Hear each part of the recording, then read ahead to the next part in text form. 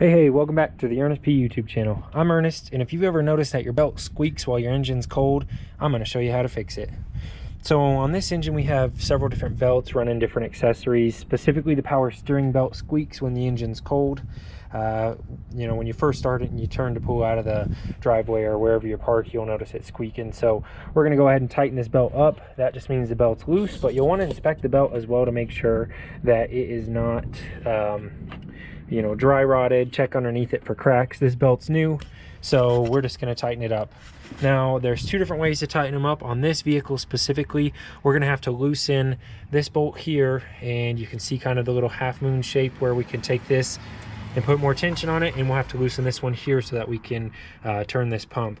Now on this model, we're gonna have to take a pry bar and put pressure on it while we tighten them back down. On other models, and it's usually more common to have a second screw right here, which is a tensioner screw.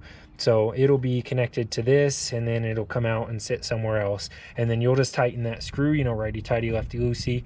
You'll tighten that screw down to tighten up the belt. But in this case, we'll just use a pry bar to hold this pump up and put some tension on that belt, and get that tightened up and get the squeaking to stop. So let's get it done. We'll just need 2 wrenches. One's a 12 millimeter and the other looks like it's a 10 millimeter.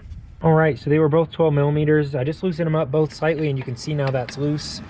So what I'm going to do is take this pry bar and pry out, and careful not to pry on anything plastic that you may break. So I'm going to pry out on this pump, put some tension on it, a little bit more than it had, and then I'll tighten this one back up on the top here, and then I'll go ahead and tighten the one on the bottom back up. So I'll need both hands, but I'll see if I can clip this on my shirt and show you how it looks.